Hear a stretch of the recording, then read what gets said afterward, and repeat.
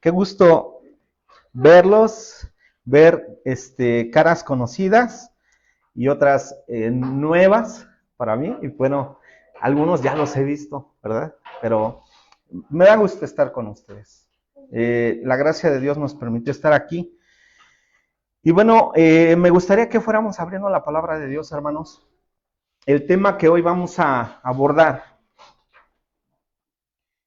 como una necesidad que ha estado surgiendo cuando nosotros pensamos que hay una necesidad dentro de la iglesia, luego pensamos que nada más somos nosotros los únicos a quienes el Señor nos tiene que llamar, ¿verdad? A quienes el Señor nos tiene que hablar. Pero no, hermanos, el Señor, la necesidad que está aquí es la misma que ocurre allá, es la misma que ocurre en otros lugares, pero el Señor nos ha hablado y este tema que vamos a ver se llama Soy cristiano, soy iglesia. Y vamos a ver la importancia del tema que hoy vamos a abordar, porque vamos a ver tres aspectos importantes de estas dos declaraciones. Entonces, ¿soy cristiano? Soy iglesia. ¿Sale? Entonces, ahorita vamos a abordar ese tema. Vamos a ir, por favor, a Pedro, por favor. Ustedes me disculparán que sacaré también aquí el teléfono, pero es que yo tiendo a tener aquí algo y aparte les disparo con esto. Entonces, vamos a abrir la palabra de Dios.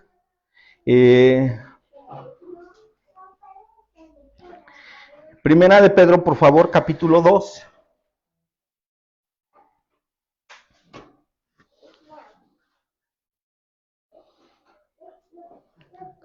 Versos 4 y 5, por favor. Son solamente dos versos y vamos a leerlo. Dice así la palabra de Dios. Yo tengo la versión Reina Valera 60, pero ahorita haremos una comparación de textos, ¿ok?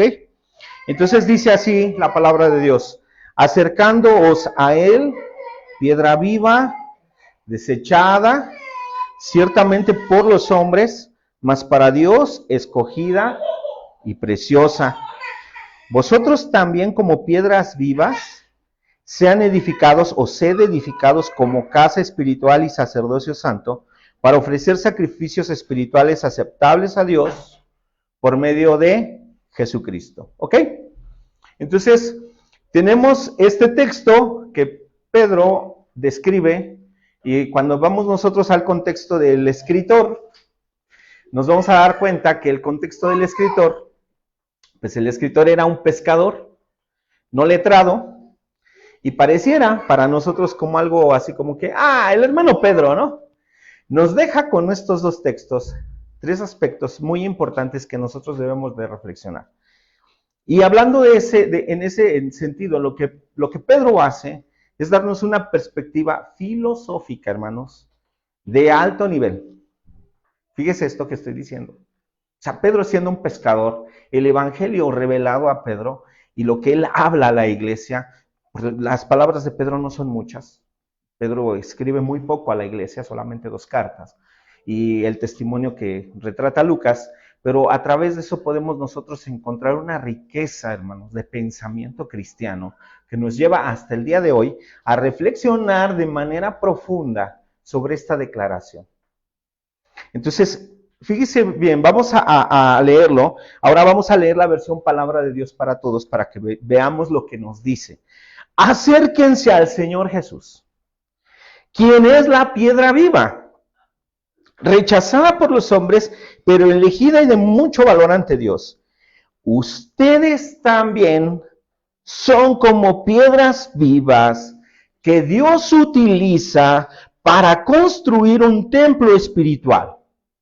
Ustedes sirven a Dios en ese templo como sacerdotes santos y por medio de Jesucristo ofrecen sacrificios espirituales agradables a Dios. Y ahora vamos a reflexionar sobre eso que está diciendo Pedro, porque Pedro nos pone en una cuestión filosófica al pensamiento de lo que se es y del para qué se es. O sea, por eso es que la declaración de hoy es, soy cristiano, soy iglesia. Y vamos a ver qué es lo que está diciendo Pedro aquí.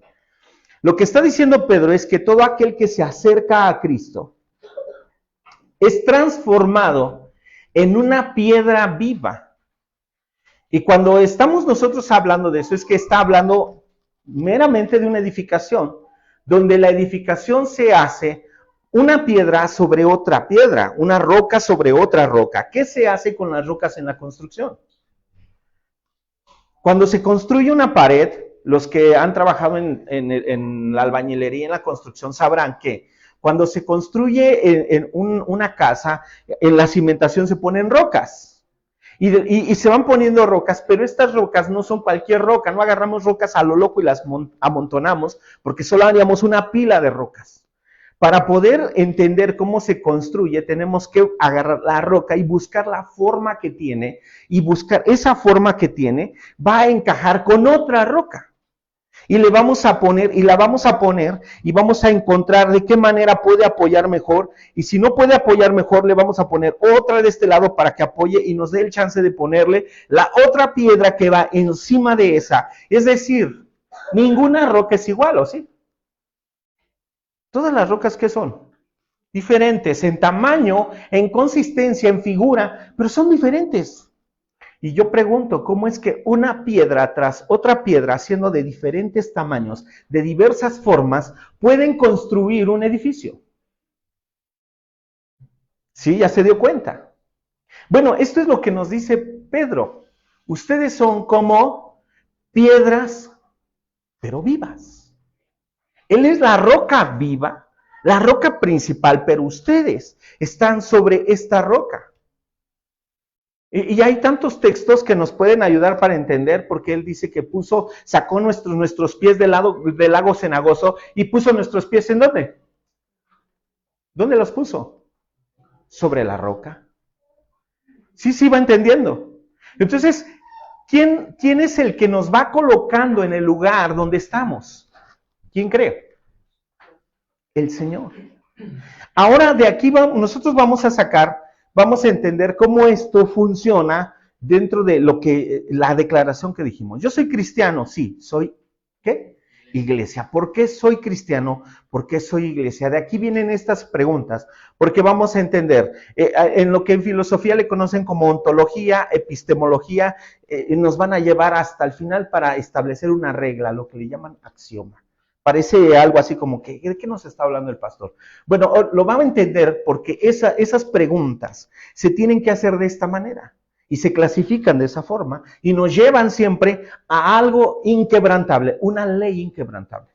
Entonces, primero vamos a entender por qué soy, qué me hace ser cristiano. Yo tengo que entender cuál es esa naturaleza que me lleva a ser cristiano.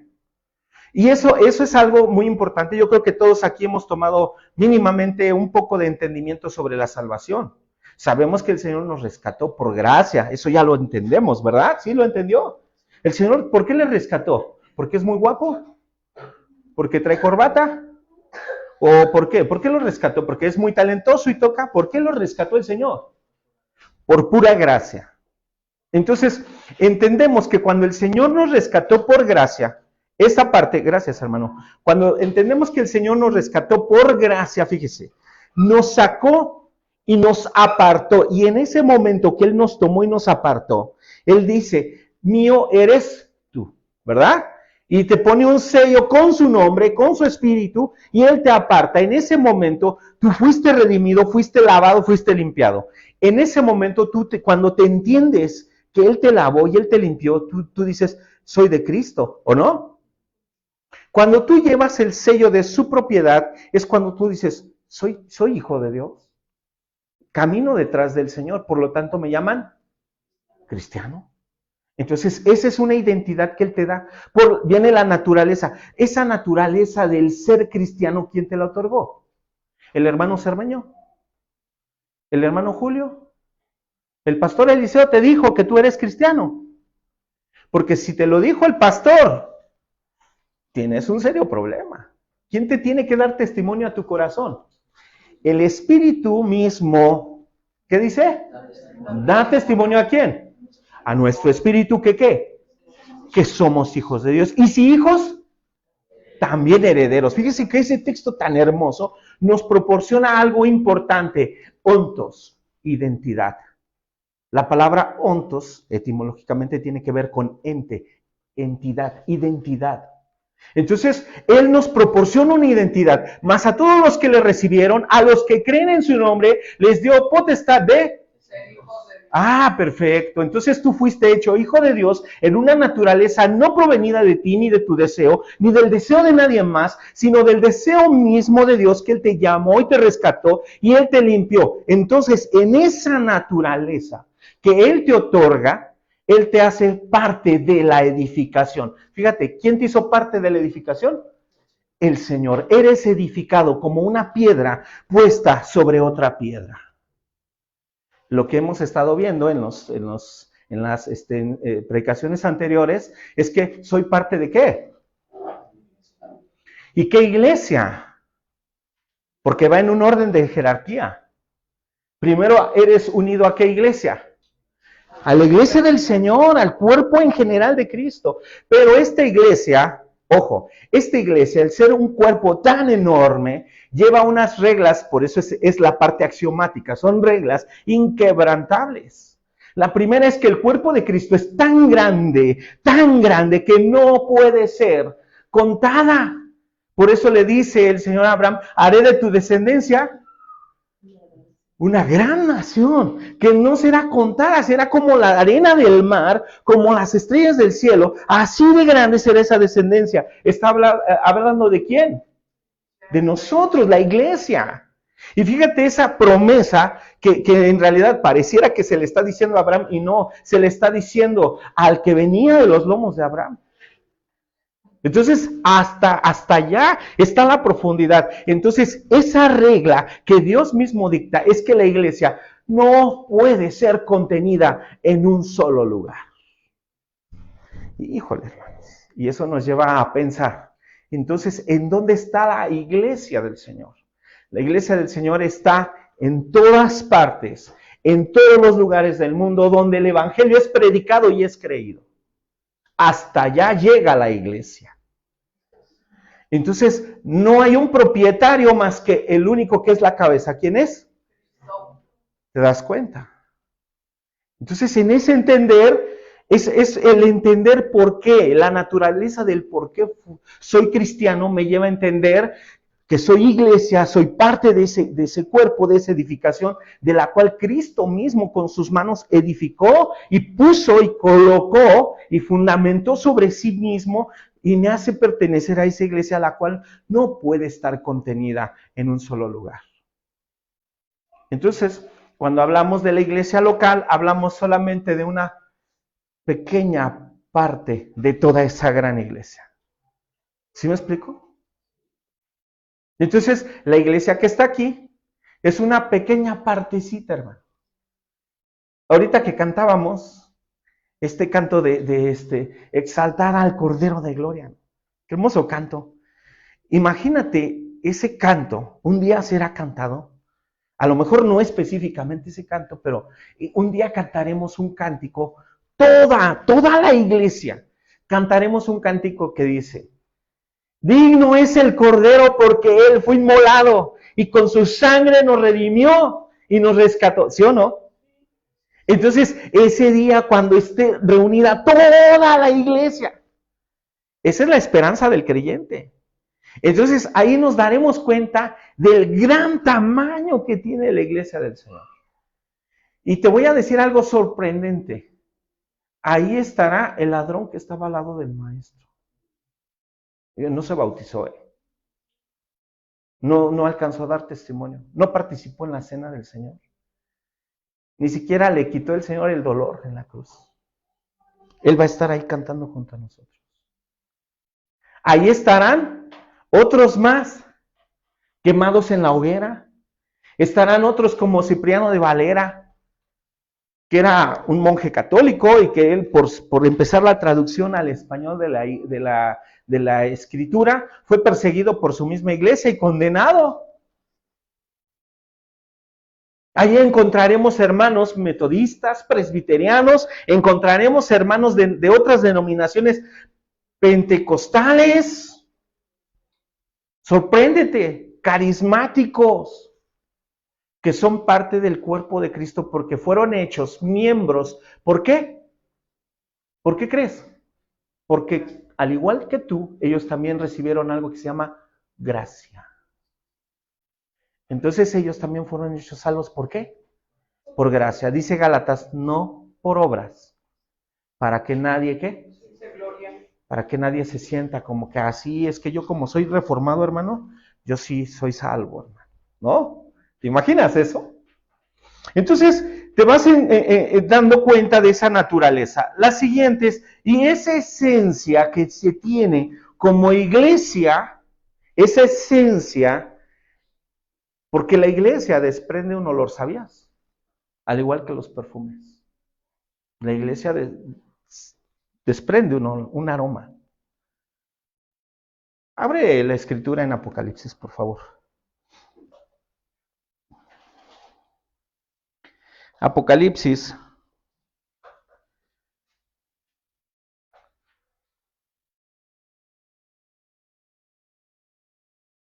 capítulo 2.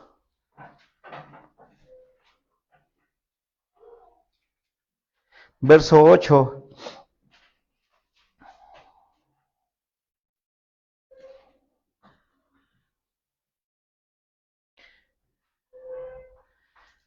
Al verso 10.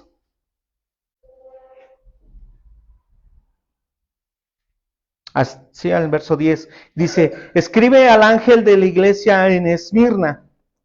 El primero y el último, el que estuvo muerto y vivió, dice esto. Yo conozco tus obras. Y ve lo que dice. ¿Y tú qué? Tu tribulación y tu pobreza.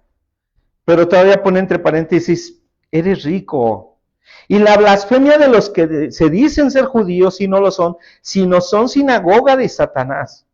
Y vea lo que dice el verso 10. No temas en nada lo que ¿qué? Vas a padecer. O sea, ya yo conozco tu sufrimiento y la tribulación que has vivido, pero ¿qué crees? Todavía vas a padecer. Y luego vea lo que dice. He aquí que el diablo echará a algunos de vosotros en la cárcel para que sean probados. Y ve lo que está diciendo. Y tendrán tribulación por 10 días. Sé fiel hasta la muerte y yo te daré la corona de la vida. Ahora vamos a desglosar rápidamente para que usted entienda la esencia de la iglesia. Cuando yo decía que tiene un aroma, es precisamente porque es un aroma. La escritura dice que en Apocalipsis describe que hay un incensario que tiene ahí incienso que se está quemando día y noche. Usted sabe que el incienso que tiene aroma. Cuando se quema el incienso, ¿qué suelta? Suelta y desprende un aroma. Y ese incienso, dice que el humo de ese incienso sube como las ofrendas hasta arriba, ¿verdad? Y dice que es agradable a Dios. Y cuando le preguntan al ángel, ¿qué es esto? Dice, son, ¿qué? Las oraciones ¿de quién? De los santos. Ahorita vamos a descubrir un poco más. Entonces, cuando habla al pastor, en este caso el ángel, así se le decía, el enviado que está en la iglesia en Esmirna, y el nombre nos revela aquí algo bien grande, porque Esmirna tiene su raíz en la palabra mirra. ¿Y la mirra qué es? Una esencia aromática. Entonces, curiosamente, la única iglesia a la que se le dicen estas palabras es a esta iglesia. La mirra, que era pues, el grano de la mirra, son unas semillas pequeñas que se molían para poder sacar de ahí el aceite y extraer la esencia del aceite de mirra, que era carísimo, que fue uno de los aceites que se derramó a los pies del maestro. El aceite más caro, el perfume más caro de ese entonces se extraía de la mirra. Entonces, la palabra Esmirna tiene su raíz etimológica en eso, mirra. ¿Y qué es la mirra? una especie aromática como los clavos de olor, como la pimienta, que se molían para extraer de ahí el aceite y la esencia de la mirra, que era aromática. Y vea que ese nombre lo tiene esta iglesia. Y de esta forma el Señor le dice a Esmirna, conozco tu tribulación. Y yo siempre digo que cuando pasamos por momentos de tribulación es cuando nosotros, ¿qué cree? Más nos acercamos a Dios. Y lo digo de verdad, bendita pobreza y bendita tribulación. Porque cuando estamos en pobreza, cuando estamos en tribulación, es cuando realmente nos acercamos y oramos al Señor con un corazón sincero. ¿Cierto o no? Y vea eso, porque esa es la esencia del cuerpo de Cristo. Aquella iglesia que se entrega a través de la oración. Esa es la esencia que le agrada al Señor. Tan es así que cuando el Señor está hablando a Esmirna, dice, yo conozco tu tribulación y tu paciencia, pero no temas lo que todavía te falta. Y todavía le dice, te faltan 10 días. Y luego a veces pudiéramos pensar, es equiparable como cuando está una ama de casa cocinando una sopa y llega y levanta la tapa y dice, huele bien. ¿Y qué hace? ¿Qué hace? Mete la cuchara, ¿verdad? ¿Para qué? Saca y prueba y dice, todavía le falta para que esté en su punto.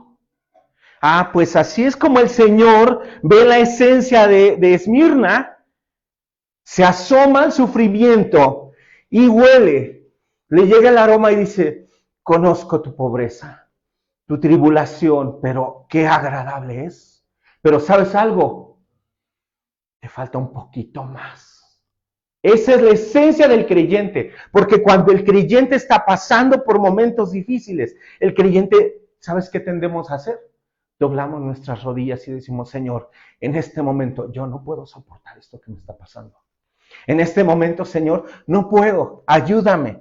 Señor, abre la puerta. Señor, tú conoces lo que estoy viviendo. ¿Sí me explico? Y esa es la esencia del creyente que le agrada al Señor, que es parte de la naturaleza de iglesia. Una iglesia que no lleva sufrimiento, que está cómoda, que se siente como la iglesia de la Odisea. Ve lo que le dice el Señor a la Odisea. Tú dices que eres rico, que te has enriquecido, que tienes. Y ¿sabes qué? Déjame decirte que eres un pobre, miserable, ciego y desnudo. No tienes nada. Y una de las cosas que nosotros como creyentes, en la identidad cristiana que debemos de alcanzar a comprender, es que siempre necesitamos de Dios. Cuando el creyente tiende a pensar, ya estoy bien, hermano, es que yo antes sí era así, pero ahora ya no lo soy. Déjame decirte que estamos a miles de kilómetros años luz por llegar a ser lo que el Señor quiere que seamos. Por eso es necesaria la identidad de la esencia del creyente. Vivir en una necesidad constante de ¿quién? Cantábamos al principio, como el ciervo brama por las corrientes de las aguas. ¿Sabes qué hacen los ciervos? Los ciervos, ellos, cuando no hay agua, ellos buscan y huelen y hacen un mugido para poder escuchar los ecos a través de sus cuernos para ver dónde hay rebote de sonido para buscar el agua. Por eso el salmista cuando dice, como el ciervo brama por las corrientes, está él haciendo un sonido para ver en dónde está el agua. Clama. Por eso dice, así clama por ti, Señor, mi alma. Es decir, bramo como los ciervos. Estoy en las mañanas orando, Señor, necesito de ti, necesito de tu presencia. Cuando el creyente se olvida de ese clamor, pues se empieza a perder identidad. Esa es la esencia del ser creyente. Esto es ontológico, hermanos, de la identidad del creyente. Entonces veamos como la profundidad de lo que dice Pablo, acercándoos a Él. ¿Ya vieron? Es decir, no hay otra forma de entender tu identidad si no te acercas a Él, piedra viva. Y eso es lo que Pedro nos empieza a explicar, hermanos, es el estudio de lo que Pedro dice, cuando lo vemos a la luz de lo que el desglose correcto del pensamiento cristiano, hermanos, nos lleva a entender una profundidad de las Escrituras y comprender eso. Ahora, ¿qué relación o qué me constituye dentro de esa existencia como iglesia? Porque esa esencia, hermanos, yo se la tengo que transmitir ¿a quién cree? A mis amados hermanos.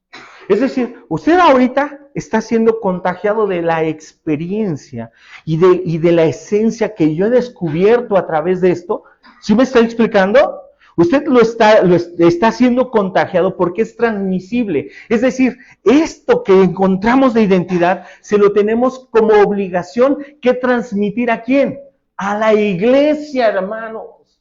Si yo como hermano en la fe, no pensemos ni siquiera como pastor, como hermano en la fe, no transmito esto a mis demás hermanos, ¿qué esencia tendrá la iglesia? ¿Sí me explico? Entonces es importante lo que yo transmito a otros con mi vida. Es decir, esa esencia de cristianismo que vivo debe ser transmisible ¿a quién? A los que están a mi alrededor. Porque si los que están a mi alrededor no perciben esa esencia o no se percibe, se empieza a perder identidad de el cuerpo de Cristo. Fíjese qué curioso porque hablábamos en la semana y decíamos, los creyentes no estaban todos encasillados en un solo lugar. Habían hermanos que viajaban. ¿Saben quiénes eran los primeros cristianos? ¿No eran judíos acaso? Eran judíos. ¿A qué se dedicaban los judíos? Al comercio. ¿Y el comercio qué era? ¿Qué involucraba? Viajar a comprar materias, especias y traerlas a este lugar. Entonces, la mayoría de estos cristianos viajaban.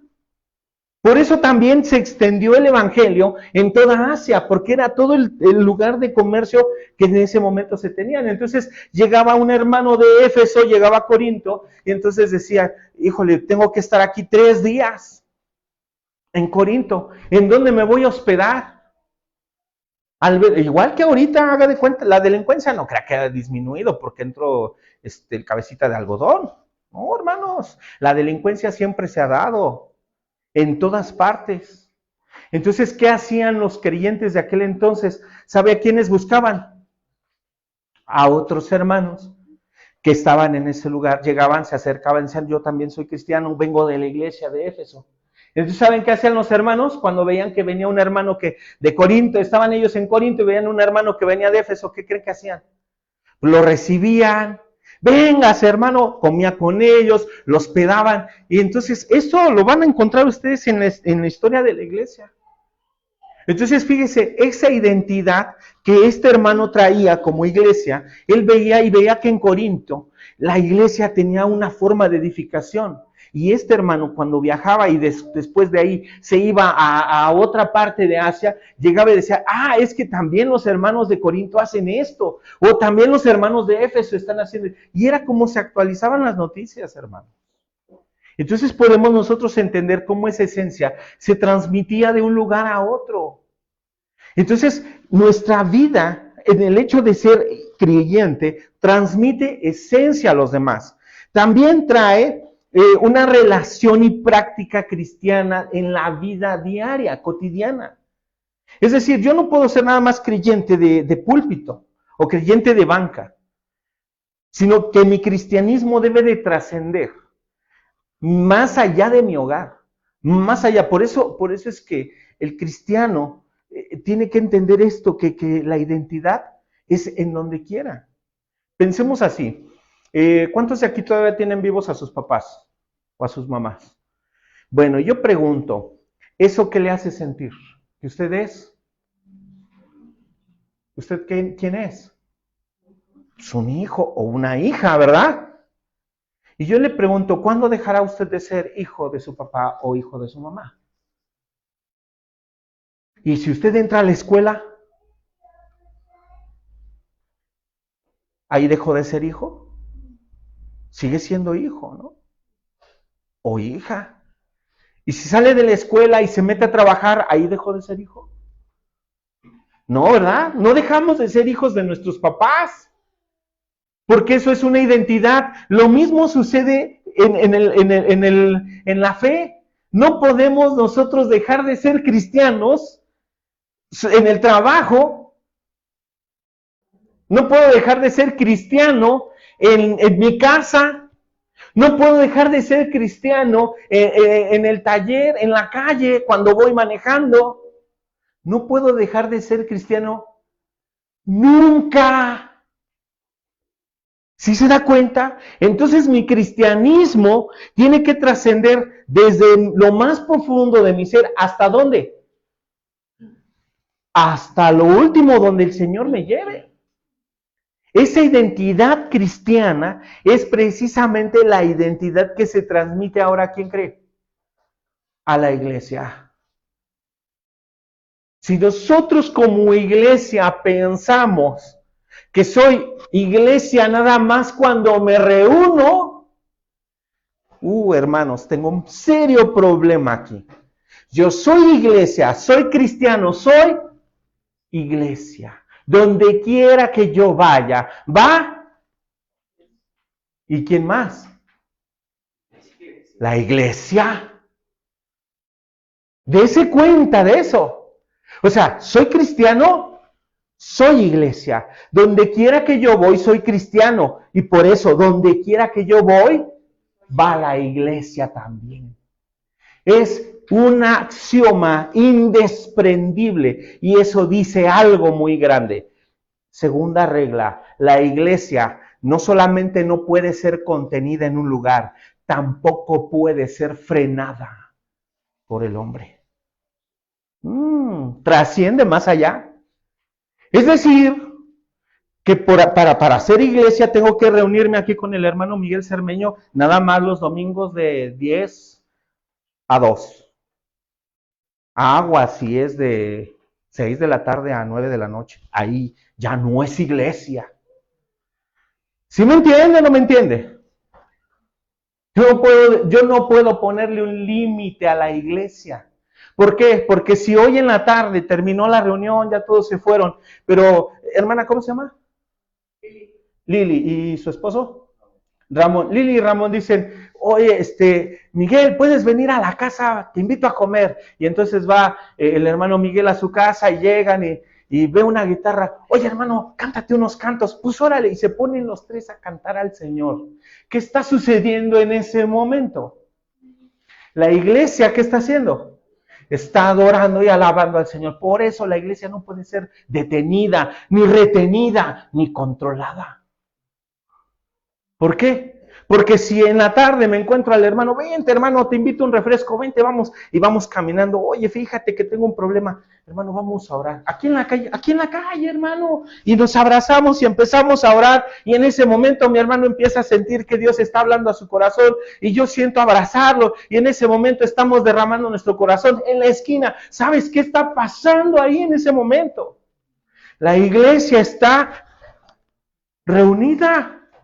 Por eso es que la iglesia no puede ser contenida en un lugar, ni puede ser frenada. Porque la identidad de la iglesia trasciende más allá de las cuatro paredes donde se reúne o se congrega la iglesia local. Fíjate que tratar de contener a la iglesia, tratar de ponerle un límite o un candado a la iglesia, nos habla de una pobreza, hermanos, una pobreza mental. Porque tratamos entonces nosotros de encasillar algo que no puede ser encasillado. ¿Esto está tremendo o no? Entonces, vamos descubriendo más. En esa relación, en esa naturaleza de creyente y de iglesia, viene la parte epistemológica. Es decir, el conocimiento que rodea esto, el saber. Digo, no estamos desarrollando todo, si lo desarrollamos nos quedamos aquí como 6 horas. Pero yo lo que quiero es ir avanzando para que lo puedas entender. ¿Cómo se desarrolla esta parte, la naturaleza del saber? Pues la doctrina forma a la iglesia. Hace rato veíamos algo importante sobre la oración y decía algo muy importante, mi hermano. Si no hay doctrina, no sabemos cómo hacer las cosas. Exactamente, la doctrina le da forma y figura a la iglesia. La doctrina no me hace iglesia, hermano. Lo que me hace ser iglesia fue que el Señor me rescató, la gracia, la salvación que Él me otorgó, y esa vino a través del mensaje del Evangelio, a través de la fe que Él puso en mi corazón, y podemos entender toda esa parte de la justificación, la regeneración y la santificación, etcétera, etcétera. Todo eso lo comprendemos. A través de eso vino la salvación y la identidad. Pero, ¿qué es lo que me forma? ¿Qué es lo que me disciplina? Yo le pregunto, cuando usted se sienta con sus hijos a comer, y su hijo agarra la cuchara y agarra la cuchara así, de lado, y empieza a comer con el tenedor. ¿Qué le dice usted? Empieza a sopear con el tenedor la sopa y la agarra así. ¿Qué le dice usted? ¿Por qué le dice eso? Déjelo libre. ¿Será? ¿Por qué le dice, no, hijo, ese tenedor es un tenedor, no sirve para eso? ¿Qué hace? Le da la cuchara y le dice, mira, toma la cuchara. No la agarres así, agárrala así, agárrala con tus dedos y les enseñamos, ¿verdad? Y luego ya cuando están creciditos nuestros niños se ven muy bonitos cuando agarran hasta la cucharita así, ¿verdad? Y cuando usted va con otras personas y ven cómo come su hijo, dicen, qué educado come tu hijo. Y usted ¡pum!, se esponja, ¿verdad? ¿Sí o no? Esto es algo importante, hermanos, porque precisamente eso es lo que pasa con la doctrina en la iglesia. La doctrina forma la educación que la iglesia debe de tener. Pero ojo, ¿la iglesia universal? No, la iglesia local donde yo me reúno. Esta iglesia donde estamos localmente tenemos que ir descubriendo el conocimiento que Dios va trayendo a cada uno de nosotros para que cada uno de nosotros de una forma eficaz, eficiente, correcta, empecemos a edificar a nuestros hermanos que se reúnen junto con nosotros y que en conjunto convivamos mejor y entendamos mejor el conocimiento de lo que Dios nos va dando. Entonces vea, porque ahí también me ha envuelto algo importante, el propósito. Es decir, ¿para qué me reunió Dios localmente con una iglesia? Y ahí viene el propósito. Porque cuando yo les pregunto, hermano, ¿a qué viene a la iglesia? Muchos dicen, yo vengo a escuchar la predicación, hermano. No, yo vengo a alabar al Señor. ¿Y no puede alabar en su casa? ¿No puede usted edificarse en su casa? ¿No puede usted escuchar predicaciones en su casa? ¿Cuál es el propósito de la reunión de los santos? Y volvemos a lo que Pedro está diciendo en el texto. Vosotros también, como piedras vivas, veamos lo que dice. Vosotros también, como piedras vivas,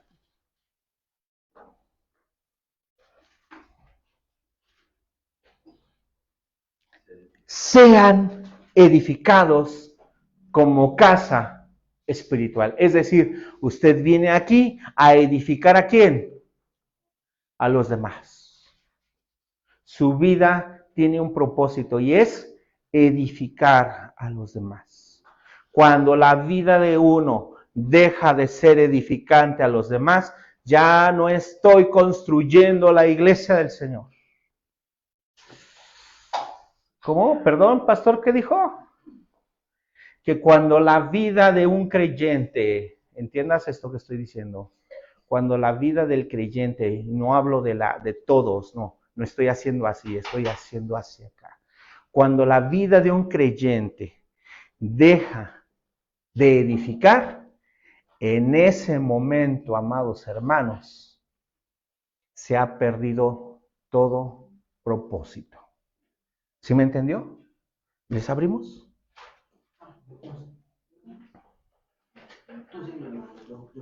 ¿Sí se entiende? Entonces, es importante, hermanos, el testimonio que doy como cristiano, como pastor. Mi testimonio, hace rato hablaba de algo importante sobre la oración, decía el hermano, ¿no? De la oración. Yo les decía, si yo como pastor no trato a mi esposa como el Señor trata a su esposa. Vea esto. ¿Quién es la esposa del Señor? La iglesia. Imagínese usted al Señor diciéndole a la iglesia, no quiero que ores si no me pides permiso.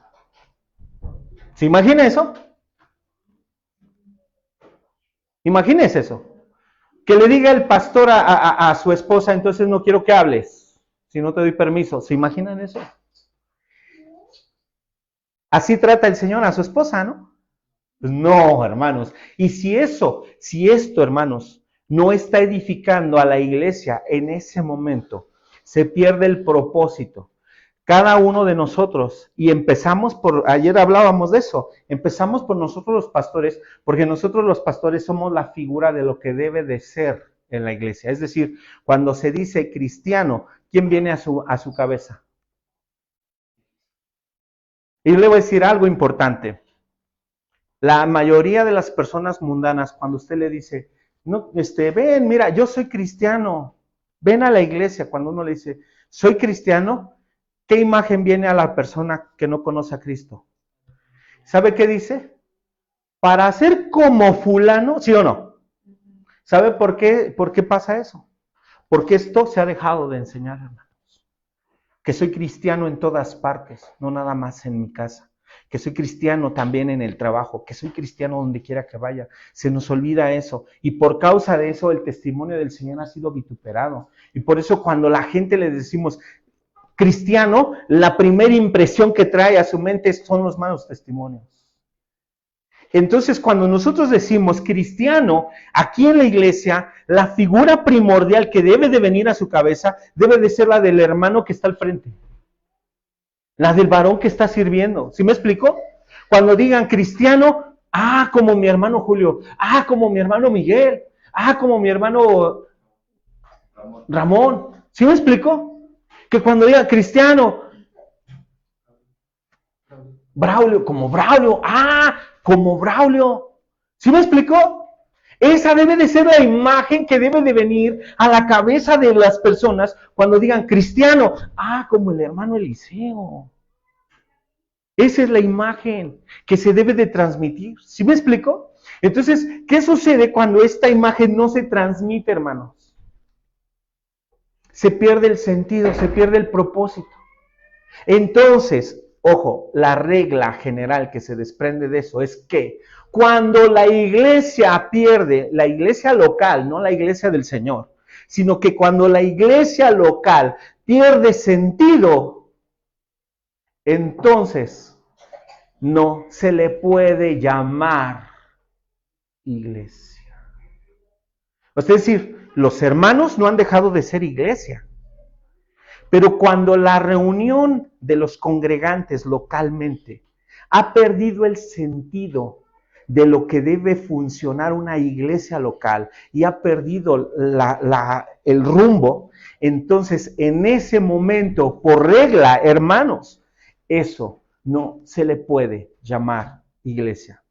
Prueba de ello es lo que decía mi hermano en un estudio anterior, una predicación anterior, de lo que le dice el Señor a Teatira, me parece, ¿no? Y le dice, pues si no te arrepientes, vendré a ti pronto y quitaré, ¿qué? El candelero de su lugar si no te hubieras arrepentido. ¿Está diciendo, vas a dejar de ser iglesia?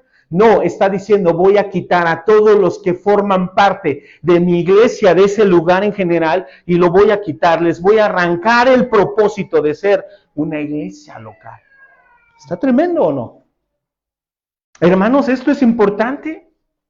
Entonces, vemos cómo Pedro nos deja aquí en el entender la identidad que tengo porque Cristo me rescató y me manda a que me acerque a Él para edificar a su cuerpo. Y en ese entender, entonces, al ser parte de ese edificio que no puede ser contenido, que no puede ser solamente puesto como algo simple, en ese entender, pues entonces me lleva a comprender las reglas que constituyen a la iglesia universal y local.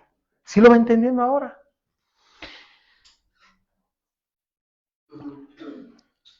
Estas reglas inquebrantables, hermanos, nos dicen, la iglesia no puede ser contenida, No puede ser contada. ¿Qué quiere decir? Híjole, hermanos, lo voy a decir. Que lo que yo le llame registro de membresía es un intento erróneo como el que hizo David cuando quiso censar al pueblo. ¿Qué trajo? Juicio de Dios. Yo no puedo decir quién es y quién no es por quien Cristo murió. Vea eso. A lo mejor podría yo decir, bueno, llevo mi registro para saber cuántos somos aquí. Pero yo no puedo decir cuántos de aquí son miembros de la iglesia y cuántos de aquí no lo son. ¿Sí me explico? En seminario yo les explico esto a los hermanos y les digo, cuando el Señor llama a Pedro, al final que están ahí en el mar de Galilea, cuando se les aparece el Señor, se ponen a cenar y se sienta Jesús junto a Pedro, y le dice, Pedro, ¿me amas? Sí, Señor, tú sabes que te amo. Y le dice, apacienta mis ovejas. Y luego le vuelve a decir, Pedro, ¿me amas? Sí, Señor, te amo. Y le dice, apacienta mis corderos. Usa dos palabras, ovejas y corderos. Y en ese entender, los pastores debemos de aprender a entender que en el rebaño del Señor hay tres tipos, ovejas, corderos y cabras. ¿Sí? Porque el Señor dice que al final del tiempo, Él separará a las ovejas de los cabritos. Entonces también hay cabras, cabritos. Curiosamente, la cría de la oveja y la cría de la cabra, ambos se les conoce como corderos. Y el Señor usa esa expresión para decirle esto a Pedro. Quiero que cuides a mis ovejas, las que evidentemente te vas a dar cuenta que son ovejas. Y quiero que también pastorees y cuides a los cabritos. Son aquellos que no distingues si son de oveja o son de cabra. Porque de pequeños todos los corderitos son iguales. Entonces quiero que no hagas distinción. Y ojo, y si ya sabes que es cabra, ¿qué crees? Tampoco hagas distinción. Porque al final Él es el que va a separar. Entonces en el rebaño, a veces habrán ovejas, cabras y corderos juntos, y a veces habrá solamente corderos, y a veces habrá ovejas, y a veces habrá solamente cabras. Pero tú no puedes hacer distinción, y no puedes decir, es que a este no lo pastoreo, porque este no es mi oveja, porque si tú haces eso, te estás metiendo en un problema con el dueño del rebaño. Entonces tú tienes que pastorear ¿a quién?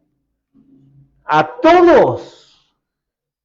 A todos. Y no puedes decir, es que el hermano, no, es una cabra, hermano, ¿cómo lo voy a estar pastoreando? Porque si tú haces eso, te estás atribuyendo un papel que el Señor no le dio ni siquiera a los ángeles. Porque los ángeles fueron y le dijeron, Señor, ¿quieres que arranquemos la cizaña? Y le dijo, no, porque puedes dañar el trigo. Date cuenta de eso. Es un llamado tremendo. Por eso es que la iglesia no puede ser ni siquiera frenada, contada, controlada. No se puede, porque es algo supremo. Así como el que llamó a los salvos es el ser más supremo, su cuerpo, su iglesia es suprema y no puede ser sostenida por un hombre, ni por una denominación, ni siquiera por la idea de la teología. No, hermanos, pero es MacArthur. No importa quién sea el pecador que te lo diga. ¿Sí me entiendes? No puede ser controlada, manipulada, estorbada, porque tiene un propósito eterno. Él mismo, el Señor le dijo a Pedro, le dijo, las puertas del Hades no prevalecerán contra ella. Date cuenta de esa regla. Ni siquiera puede ser acabada o exterminada por mucho que el enemigo la ataque. Porque tú, iglesia, tú que eres iglesia, estás en la mano del Señor y jamás habrá Y no por el sentido de que seas indomable, no, jamás habrá quien te controle si no es Él, el maestro, el pastor de las ovejas, a quienes Él dice que Él, cuando les habla, ellas, ¿qué hacen? Oyen su voz y ¿qué hacen? Le siguen a Él. Gloria a Dios por eso, hermanos. Entonces, date cuenta de eso. La iglesia, el ser, entonces soy cristiano, sí, soy iglesia. Sí. ¿Te das cuenta? Esto es tan grande, hermanos, no nos cabe en las manos. No podemos nosotros contener a la iglesia y decir, ay, aquí no, hermanos, nosotros somos parte de, somos una pequeña célula dentro de ese gran cuerpo que es el del Señor. Hay tanto que descubrir, hermanos, tanto que descubrir. Por último, cuando participamos de la cena, habemos quienes decimos, solamente los miembros activos, aquellos que son parte de la iglesia. Esto sí, aquellos que veo que no tienen potencial, testimonio, pues, para que me entienda. A esos, déjame pensar a ver cuándo te puedo dar la membresía. ¿Sí me explico? Entonces, en la mesa del Señor,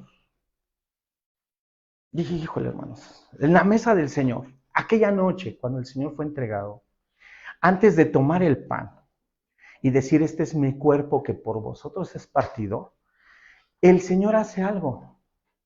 Están todos sentados, comiendo, y le preguntan, Señor, ¿quién te va a traicionar?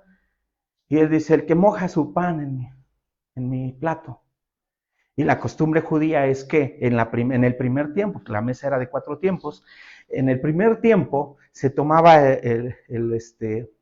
la mezcla, la sopa de hierbas amargas, se cortaba el pan, se daba gracias, se partía el pan y entonces se agarraba el pan, se remojaba con las hierbas, se comía y le pasaban al que seguía. Entonces todos así se sentaban alrededor de la mesa y el que seguía agarraba el plato, lo mojaba y comía y le pasaba al que estaba al lado y así.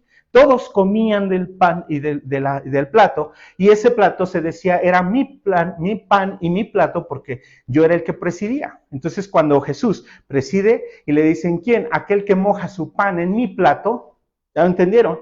Entonces, ¿quién era? Si todos pasaron igual. Por eso todos se quedaron, ¿seré yo? ¿Será qué? ¿Quién? Y se veían entre ellos. Y estaba la intriga, ¿quién será? ¿Quién será? Y ¿sabes qué? El Señor, justo antes de tomar el pan y el vino, antes de decir, este es mi cuerpo que por vosotros es partido, se acerca a Judas y le dice, oye, como que tienes un pendiente, ¿no? ¿Y saben qué hizo? Los separó. Ojo, ¿quién separó a Judas? El Señor.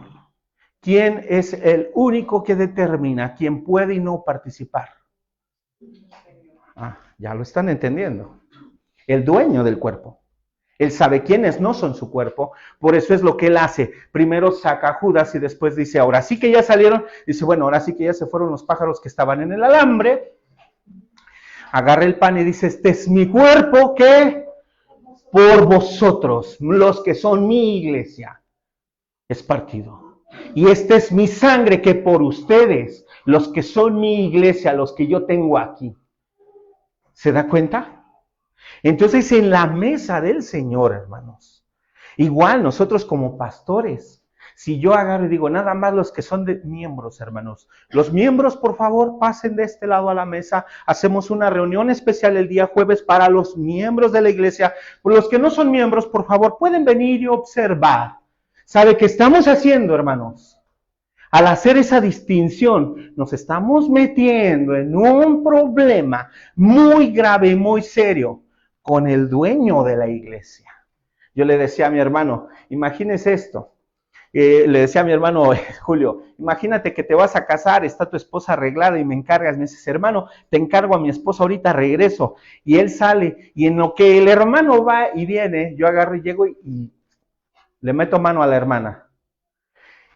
Cuando llegue y le cuente ella a su esposo, hermano, o le diga a su esposo, ¿qué crees que me hizo esto? ¿Qué creen que va a hacer el hermano conmigo? ¿Qué creen que va a pasar?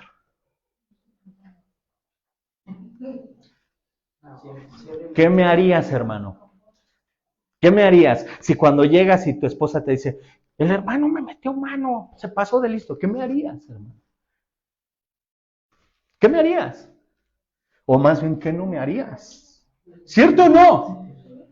Ahora imagínense qué problema se mete el pastor cuando está actuando contra la esposa del Cordero. Entonces, hermanos, esto es importante porque todo eso nos lleva a entender el grado, el tamaño de errores que a veces y horrores que cometemos cuando enseñamos la Escritura a nuestra forma, a nuestra conveniencia. Entonces, esto es importante observarlo o no. Ojo, hermanos, la iglesia no puede ser contenida, no puede ser frenada, no puede tener una denominación. Es decir, pues es que nosotros somos iglesia, nosotros nos llamamos Iglesia Cristiana Bíblica, Dios con nosotros. Esa es la buena. Y dice el hermano, pero estamos en León los de verdad y vida. No, hermano. Nada más allá, ahí está la buena. Es más, yo soy el mero, ¿no? El dueño casi de la iglesia. Bueno, no el dueño, es que el Señor me encargó a mí. No, hermanos, nos equivocamos, erramos. No puede ser así, no puede ser contenida, contada, frenada, no puede tener una denominación, porque dice que el Señor llamó de toda lengua y de todo linaje. Entonces imagínense, ahora resulta que después de 2023 años, pues resulta que nada más el Evangelio se reveló en un solo lugar, ¿no? Pues no puede ser así, hermanos.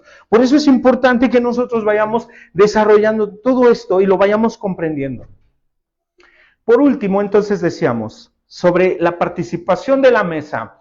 ¿Quiénes pueden participar? Todos aquellos lavados y redimidos. Pero, bueno, localmente el pastor sí puede decir, bueno, hermanos, pues es que yo no puedo saber si sí o si no. Ok, está bien, hermano, es válido. Entonces, pues que participen los que son bautizados. Es válido, pero deberías de tener más cuidado, hermano, y observar. ¿Por qué? ¿Por qué creen que les digo esto? Porque tú no puedes saber el todo y no puedes guiarte solamente por esa parte. ¿Sí me explico? El Señor hizo entrar al paraíso a un ladrón, confeso, juzgado, enjuiciado ya, que no tuvo el chance, la oportunidad de manifestar su fe, de dar testimonio, de bautizarse y de pertenecer a una iglesia durante cierto tiempo. Pero sabes una cosa, Él está ahí y va a estar ahí sentado a la mesa con nosotros. ¿Qué hacemos con eso? Es una pregunta fuerte, hermanos, que debemos nosotros de ir entendiendo cómo es entonces la participación.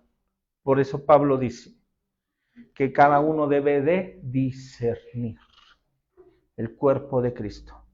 Y cuando se habla de eso, no habla del pan y del vino. Hay elementos como el pan y el vino, pero habla de discernir. ¿Soy o no soy parte del cuerpo de Cristo? Por eso yo empecé con algo importante. Soy cristiano, soy iglesia. Si yo no me identifico como iglesia, entonces pregúntate, ¿eres creyente? ¿Eres cristiano? ¿Sí me explico? Entonces ahí es donde está el discernimiento. Discierne si eres parte del cuerpo, porque aquel que come y bebe sin discernir el cuerpo de Cristo, sin entender si eso no es, está comiendo juicio. ¿Ya entendiste?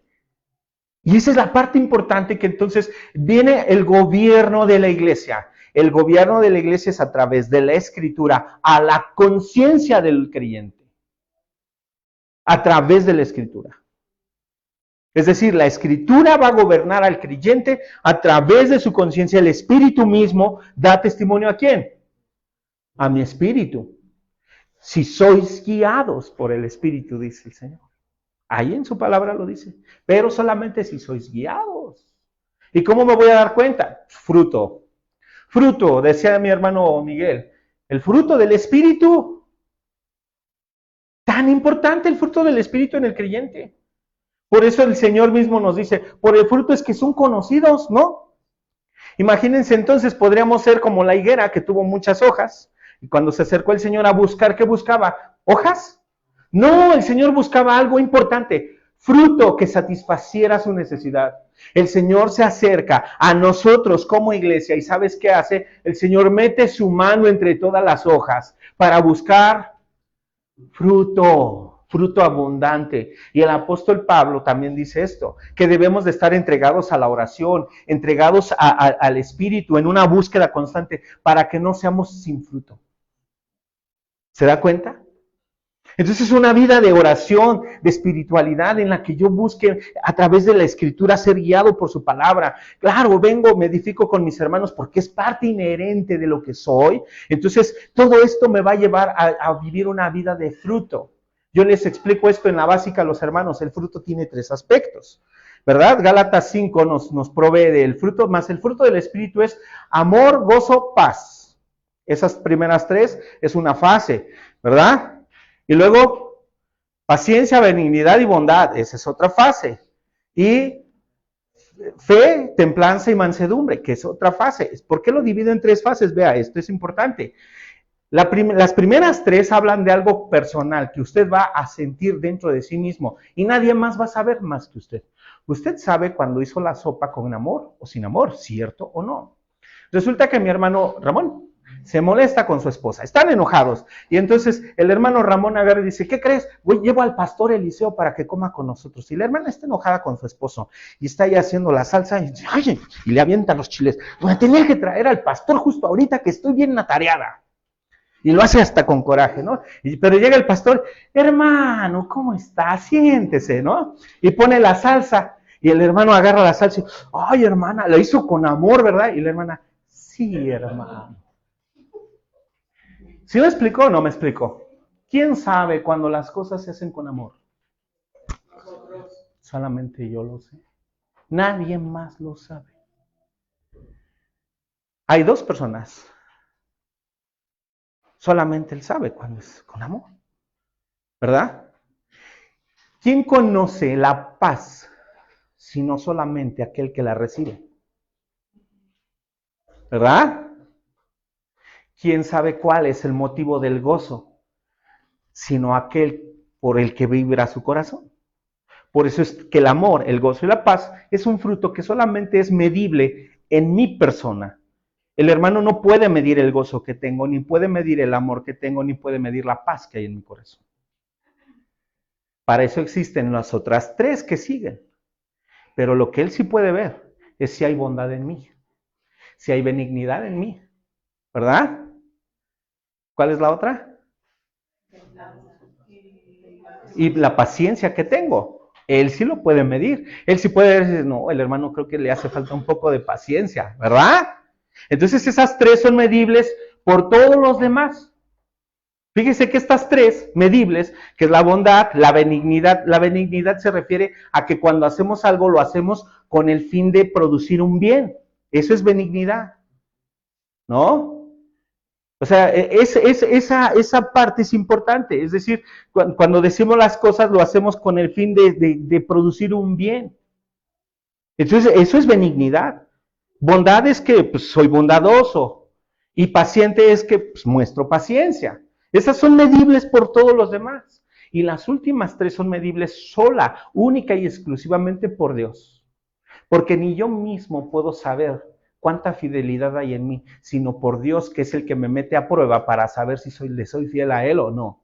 ¿Sí me explico? Entonces las 3 últimas, que es la fe, la mansedumbre y la templanza, que hablan de un carácter templado en medio de las pruebas, la mansedumbre, qué tan sensible soy a su voz, esas solamente son medibles por el Señor. Por eso es que el fruto del Espíritu produce en esas 3 facetas el mismo fruto. Es decir, hay amor, gozo y paz dentro de mi corazón que yo puedo sentir y los hermanos pueden ver en mí bondad, benignidad y paciencia, y el Señor puede entender y ver a través de las pruebas que hay en mí fidelidad, mansedumbre y templanza.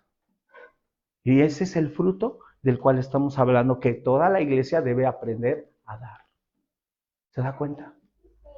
Entonces, amados hermanos, esto nos da para mucho más. Ustedes díganme hasta qué hora le paramos. ¿Sí me explico?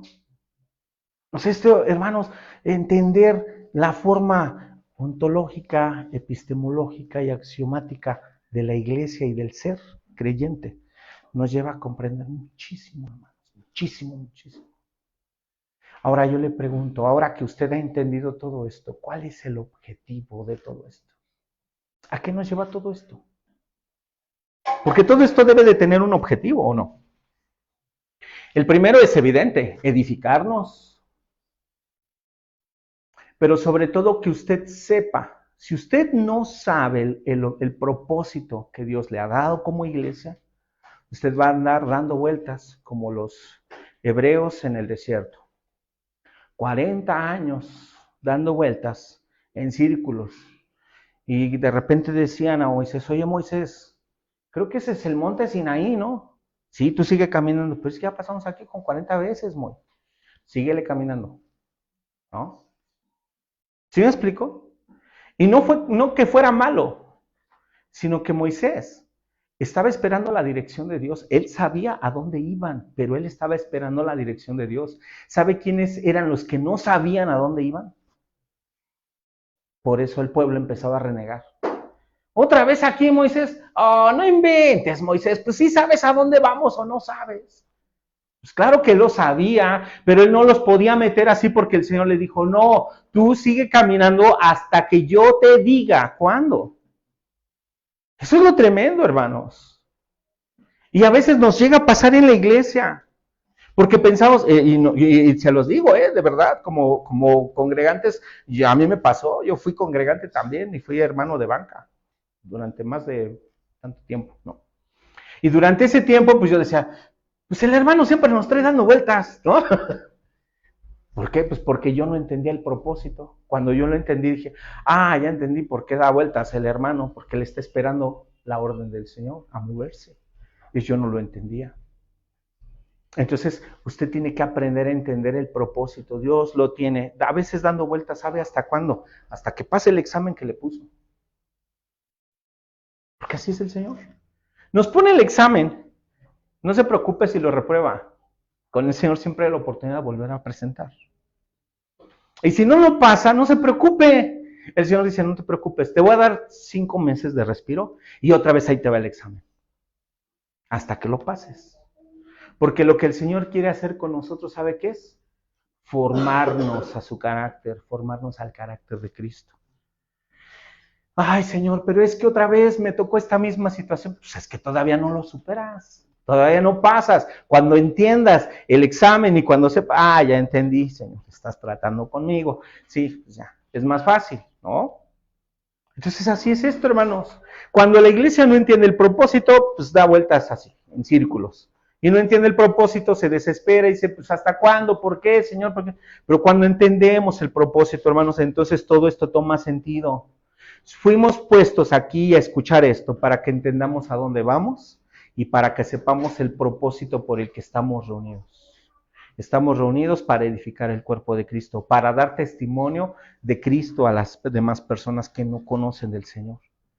Porque no, la iglesia no fue puesta, por eso dice otra vez el Señor en Mateo, no prendemos una vela y la metemos abajo de la mesa, ¿verdad que no? Sino la prendemos y la ponemos en donde, en lo alto, para que alumbre. Así dice el Señor, sea su luz y alumbre a las tinieblas. Entonces, hermanos, no fuimos llamados para encerrarnos aquí en esta paredcita y estar aquí, decir aquí cantamos, aquí nos reunimos y ya salimos y en silencio, que no se enteren que aquí hay iglesia.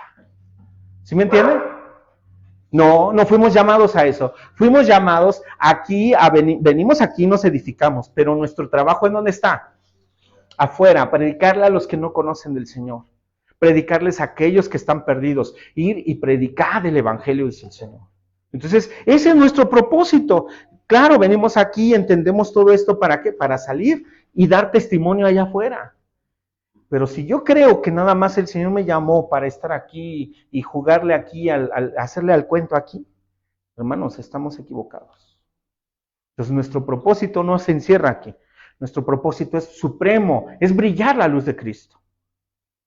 Ayer veníamos en la carretera y de este lado de Salamanca, me parece, hay unas torres grandes. Pero veníamos desde hasta allá. Y se veían así las dos flamas, pero yo pensé que eran dos lámparas enormes. Y decía, se ven unas lámparas muy brillantes. Y cuando pasamos de cerca, fíjese esto, conforme nos acercábamos veíamos esas llamas y después distinguimos que eran flamas. Y después vimos y esas torres se ven enormes, cómo están flameando. Y a medida que nos acercábamos por la carretera, nos dio miedo. ¿Y sabe algo? Cuando la iglesia brilla con el brillo que debe de brillar, le va a dar miedo al enemigo. Le va a dar hasta miedo a aquellos que se oponen a la iglesia. ¿Sabe por qué? Porque así debe alumbrar nuestra luz. Y esto es importante que nosotros aprendamos eso. Fuimos puestos como esas flamas, así. ¿Sí me explico? Que cuando las demás personas busquen una referencia de Cristo, sea usted. ¿Se da cuenta? Y que no digan, como fulano. No, que digan su nombre y digan, sí, como Julio, como Braulio, como Miguel, como Ramón. ¿Sí me explico? Que digan su nombre. Digan, como fulanito, como fulanita. Que esa sea la imagen que ellos tengan de Cristo, de un creyente verdadero y genuino. Ese es el propósito de ser iglesia. Es el propósito de ser cristiano.